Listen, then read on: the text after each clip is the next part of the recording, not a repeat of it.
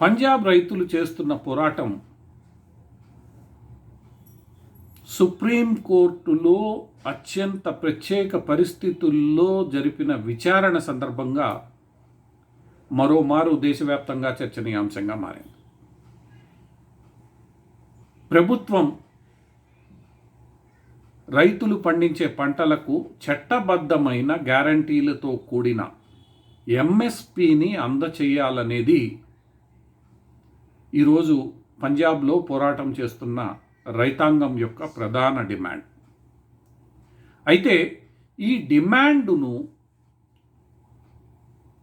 తాము తీర్చలేమని, ఏ ఉత్పత్తికైనా ధర దాని యొక్క డిమాండ్ సరఫరాల మీదే ఆధారపడి ఉంటుందని, అందుచేత పంజాబ్ రైతులు చేస్తున్న ఈ డిమాండ్ను తీర్చడం సాధ్యం కాదనేది కేంద్ర ప్రభుత్వం యొక్క స్పష్టమైన అభిప్రాయం.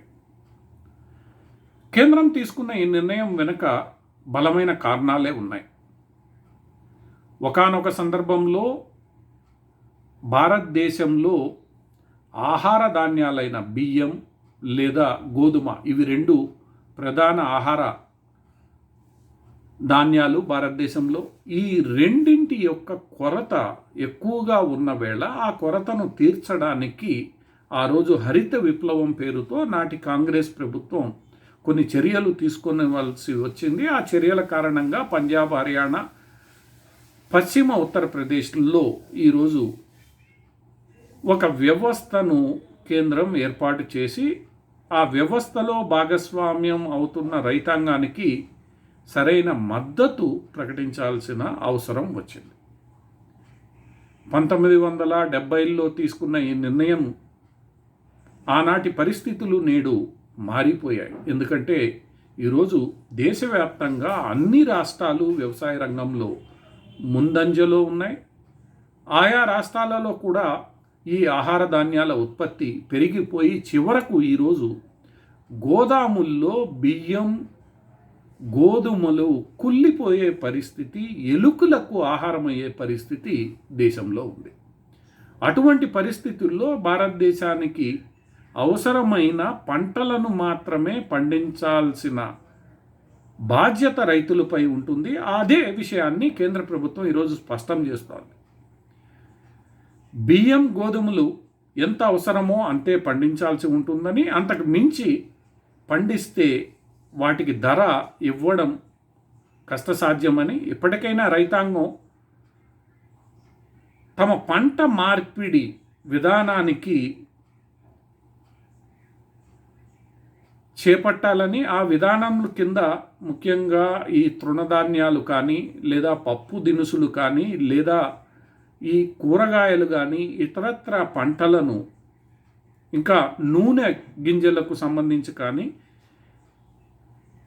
పంటలను రైతాంగం వేయడం ప్రారంభించాలని. ఎందుకంటే వీటి యొక్క కొరత భారతదేశంలో ఎక్కువగా ఉంది. ఇప్పటికీ భారతదేశం వీటిని దిగుమతి చేసుకుంటోంది. కాబట్టి మీరు అనవసరమైన పంటలను పండించడం మాని అవసరమైన ఈ పంటలకు మల్లాలని కేంద్ర రాష్ట్ర ప్రభుత్వాలు సూచిస్తూ ఉన్నాయి. అయితే ఈ పంజాబ్, హర్యానా, పశ్చిమ ఉత్తరప్రదేశ్లో నాడు హరిత విప్లవంలో భాగస్వాములైన రైతాంగం కేంద్ర రాష్ట్ర ప్రభుత్వాలు చేస్తున్న ఈ సూచనను అంగీకరించడానికి ఏమాత్రం సిద్ధంగా లేవు.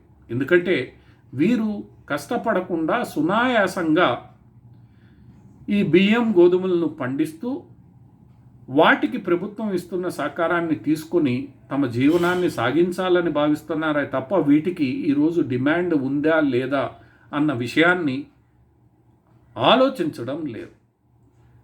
ఈ విషయం అందరికీ తెలిసిందే. కేవలం పంజాబ్, హర్యానా, పశ్చిమ ఉత్తరప్రదేశ్లోని కొందరు రైతులు మాత్రమే ఈ డిమాండ్ను ముందుకు తీసుకొని వస్తున్నారు. భారతదేశంలో మిగతా ప్రాంతాల్లోని రైతులు, ముఖ్యంగా బీహార్, తూర్పు ఉత్తరప్రదేశ్ లేదా దక్షిణ భారతదేశం, మహారాష్ట్ర, గుజరాత్ లాంటి చోట్ల రైతులు ఇలాంటి డిమాండ్ను పెట్టడం లేదు. ఎందుకంటే ఇక్కడ రైతాంగం ఈ పంట మార్పిడి విధానాన్ని పాటిస్తోంది. ఏ పంటలు లాభసాటిగా ఉంటాయో వాటిల్నే పండించే ప్రయత్నం ఎప్పటి నుంచో చేస్తోంది. ఇటువంటి పరిస్థితుల్లో ఈ పంజాబ్ రైతాంగ పోరాటం అసంబద్ధమైన డిమాండ్లతో కూడిందన్న విషయాన్ని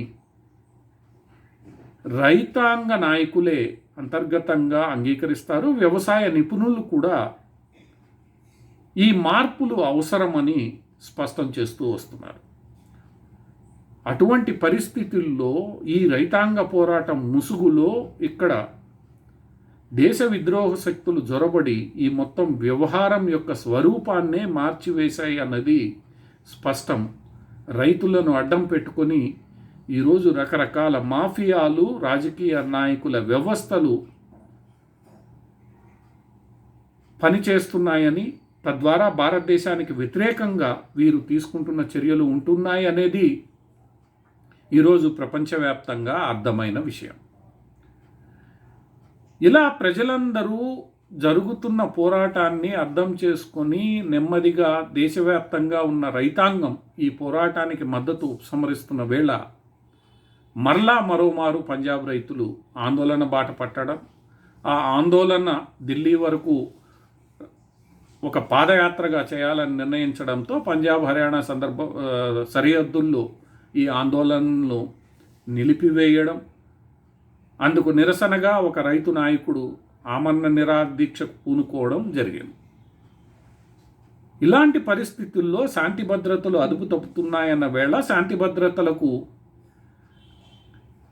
బాధ్యులైన పంజాబ్ రాష్ట్ర ప్రభుత్వం తగిన చర్యలు తీసుకోవాలని చివరకు సుప్రీంకోర్టు కూడా గట్టిగా హెచ్చరించింది, గడువు విధించింది. అయినప్పటికీ పంజాబ్లోని ఆప్ ప్రభుత్వం తానేమీ చేయలేనని, శాంతి భద్రతల విషయంలో తనకు సమస్యలు ఉన్నాయని, వాటిని తాను అదుపు చేయలేనన్న రీతిలో చేతులెత్తేసింది. ఇలా ఒక రాష్ట్ర ప్రభుత్వం తన బాధ్యతను విస్మరించి చేతులు ఎత్తేస్తుంటే సుప్రీంకోర్టు కూడా అసహనం వ్యక్తం చేసింది. డిసెంబర్ 31కి ఆ ఆమరణ దీక్ష చేస్తున్న రైతాంగ నాయకుడిని అదుపులోకి తీసుకోవాలని, ఈ పోరాటాన్ని కొంత నియంత్రించాలని స్పష్టం చేసింది. అయితే ఆ ప్రభుత్వం ఢిల్లీలో ఎన్నికలు జరుగుతున్న వేళ ఈ ఉద్యమాన్ని నియంత్రించడానికి ఏమాత్రం ఇష్టం పడ్డం లేదనేది రాజకీయ విశ్లేషకుల్లో నెలకొన్న ఖచ్చితమైన అభిప్రాయం. ఈ విషయం సుప్రీంకోర్టు కూడా అర్థం చేసుకుంది. కానీ సుప్రీంకోర్టు ఎందుకో గట్టిగా పంజాబ్ ప్రభుత్వానికి ఆదేశాలు జారీ చేయలేకపోతోంది. ఏది ఏమైనప్పటికీ కేవలం కొందరు స్వార్థ ప్రయోజనాలతో గత కొన్ని సంవత్సరాలుగా నడిపించబడుతున్న ఈ పంజాబ్ రైతాంగ పోరాటం కీలక దశకు చేరుకుందనడంలో సందేహం లేదు. వీళ్ళ యొక్క ఉద్దేశాలు, లక్ష్యాలు, వెనక ఉన్న రహస్య అజెండా అంతా ఈరోజు బహిరంగపరచబడింది. అందరికీ అర్థమైన విషయమే. ఇకనైనా పంజాబ్ రాష్ట్ర ప్రభుత్వం శాంతి భద్రతల అమలు విషయంలో గట్టిగా వ్యవహరించాలి. వ్యవహరించకపోతే సుప్రీంకోర్టు కఠిన వైఖరిని అవలంబించాలి తప్ప కొందరు పంజాబ్ రైతులు చేస్తున్న ఈ క్రీడ కారణంగా దేశవ్యాప్తంగా రైతాంగం నష్టపోకుండా చూడాల్సిన బాధ్యత ఈరోజు కేంద్ర రాష్ట్ర ప్రభుత్వాలతో పాటు సుప్రీంకోర్టుపై ఉంటుంది. ఈ దిశగా సుప్రీంకోర్టు గట్టి చర్యలే తీసుకుంటుందని ఆశిద్దాం.